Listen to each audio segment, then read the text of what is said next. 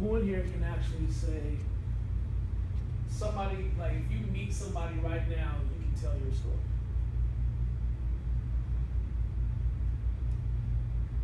You can full-fledged give them an experience of like, yo, this is who I am. My testimony. Nice. You can do that, Lou?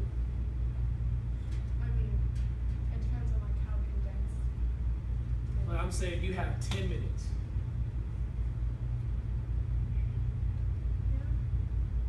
Yeah. Yeah? What about you? You got, in 10 minutes, you can say, like, you just met somebody, you can hold their attention about your testimony. Yes. You good? Or you're still like, I'm still writing my story real quick. Yeah. I feel you. So, the one thing I wanted to just discuss, because it's not going to be long today, is in 10 minutes, what is your story? Because if you don't know your story, how can you know to bring somebody else in of the story of Jesus? Does that make sense? And one thing that I was reading, and it is in Revelations 12, it says this. Now war arose in heaven, Michael and his angels fighting against the dragon. And the dragon and his angels fought back. But he was defeated, and there was no longer any place for them in heaven. And the great dragon was thrown down, the ancient serpent who was called the devil and Satan, the deceiver of whole world. He was thrown down to the earth, and his angels were thrown down with him. And he heard a loud voice in heaven saying, Now the salvation and the power and the kingdom of our God and the authority of his Christ have come, for the accuser of our brothers has been thrown down, who was accuses them day and night before our God. And they have conquered him by the blood of the Lamb and the word of their testimony. For they love not their lives. They had loved not their lives, even unto death. Therefore rejoice, O heavens, and you who dwell in them. But woe to you, O earth and sea, for the devil has come down to you in great wrath, because he has known that his time is short. Just going up, it says this. And he says, and they have conquered by the blood of the Lamb and the word of our testimony. He's been already conquered by the word of our testimony. But if we can't full-fledged say our testimony, it gets really difficult to want to say like, hey, like, you know, you want to love Jesus, blah, blah, blah. Like, to just open that conversation. It's like kind of difficult, right? It's like, I want to love Jesus, but, you know. So I'm going to help you get to know 10 minutes of Jeff. So 10 minutes of Jeff looks like this. You can time it. Okay? 10 minutes of Jeff. Ready? 10 minutes of Jeff looks like this. 1984, I was born. My mom and dad, they grew up in two separate parts of California. My dad, he grew up in Fresno, California, which pretty much nobody even knows what that is. Like, it's like that one part of California, it's like Southern California, I don't care, and then Northern California type stuff, right? So then my mom, she was born and raised in Long Beach, California. My mom and my dad, their lives literally are completely separate, like night and day. My dad grew up with mom and dad. My mom grew up with mom. That's it. And my dad, he got to have my grandmother who stayed home and my grandfather who worked like 50,000 jobs. He owned two janitorial businesses, so he worked night and day, and he was a security guard. So he grinded, like, so I can understand, like, people always are like, Jeff, like, why do you hustle so hard? And I'm like, I don't know, and I understand, I get that from my grandfather. My grandfather did that.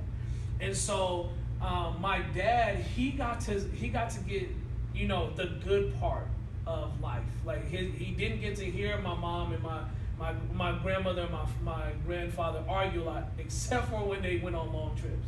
That's the only time my mom and my dad said they used to argue. They would take trips to Texas and Oklahoma to visit family, and what would end up happening is my grandfather would get lost, and my grandmother would tell him, like, hey, why, like, you're lost, I can tell.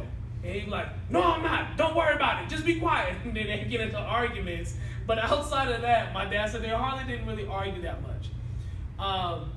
My mother, on the other hand, in Long Beach, what's really dope about my mom's a fighter. Failure is not an option to her.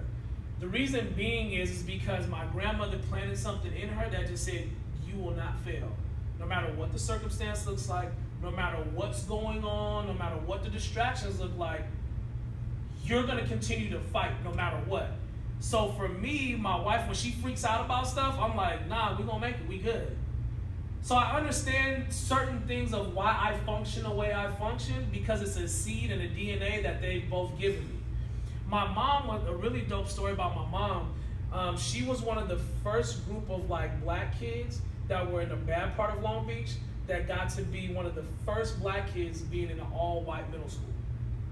So that was the dope part. The sucky part was my mom literally was having to fist fight boys. White kids telling her you're N-word, white kids pulling on her saying you're a nappy-headed monkey, things like that. And my mom literally was fighting white males. So my mom, not just a spiritual fighter, not just a spiritual grinder, but she could put them things on. So it was my mom had to go through those things, and going through those things, it was a good and a bad, because there was a lot of things that when my mom and dad, when they both met at Fresno State, what ended up happening, my dad was very calm, cool, collect, he talked to everybody, all this other stuff. My mom, she was very short-tempered, I'll smack you in the face. Don't play my life, right? So they dated for about a year, and then, my mom ended up getting pregnant with me. And so my mom tells me this story all the time about when she called my grandmother, she was like, Mom, I got some news, I'm pregnant. My grandmother just hung up on her. Didn't say nothing. She was like, hello? Hello? Called her back, nothing. Called her back again, nothing. So she said, I'm gonna let my mom chill for a minute. So what ended up happening, fast forward, my dad ended up moving down to LA. My grandmother, his mom, wasn't having it. That girl gonna kill you. She don't you don't know nothing about LA. LA's crazy. Oh my gosh. So she just heard about just the crazy stuff. And my dad's like, I'm a grown man. I can handle myself. But what ended up happening, it was something amazing that ended up happening. So it was a year had passed. I'm a year old. My mom and dad ended up getting married. So if anybody ever comes to my house, you can see the big white book every black person has in their household, where it's oh yeah, this is our marriage in 1972, blah blah blah, right? So you can see me in the picture, just looking real OG already, you know what I mean? So what was really dope though about it all, I remember, just fast forward, I was probably around 6 or 7. I remember my dad, he was working 2 jobs. He was working at Leroy's Boys Home in McLaren Hall. It's a boys home. And I remember he would DJ on the side, and I remember him going to school. He was at Cal Poly Pomona. And I remember waking up late at night. And saying, Dad, first of all, I woke up and I was like, man, I'm thirsty. And something about when you wake up as a kid between 1 and 2, it's either you got to go to the bathroom or you need a tall glass of water or milk, right? You just thirsty. So I walk in, I'm like, why is the light on? Whatever, I see it, just bright light. And he's sitting Indian style, got all these books and stuff going on. And I'm like, what are you doing? And he's studying. And I'm like, all right, whatever. Walked out, got my drink. And I'm like, why are you studying? And he was like, for you. And I was like, you ain't studying for me. You studying for you. I don't need to do all that studying. You crazy. But now I understand what he meant. I was his why of why he was doing what he was doing. He didn't want me having to suffer because of him doing something outside of the will of God, right? So fast forward again, I want to say around 10, 11, my mom and dad, they were working a lot. My mom, she worked for LAPD, she was the police dispatcher. As she was the police dispatcher, my dad, he was still working his 2 jobs, supplying for the house or whatever, so we had a live-in. So we had a live-in nanny or whatever, and as we had the live-in nanny, I loved her to death. Absolutely loved her. And we were good.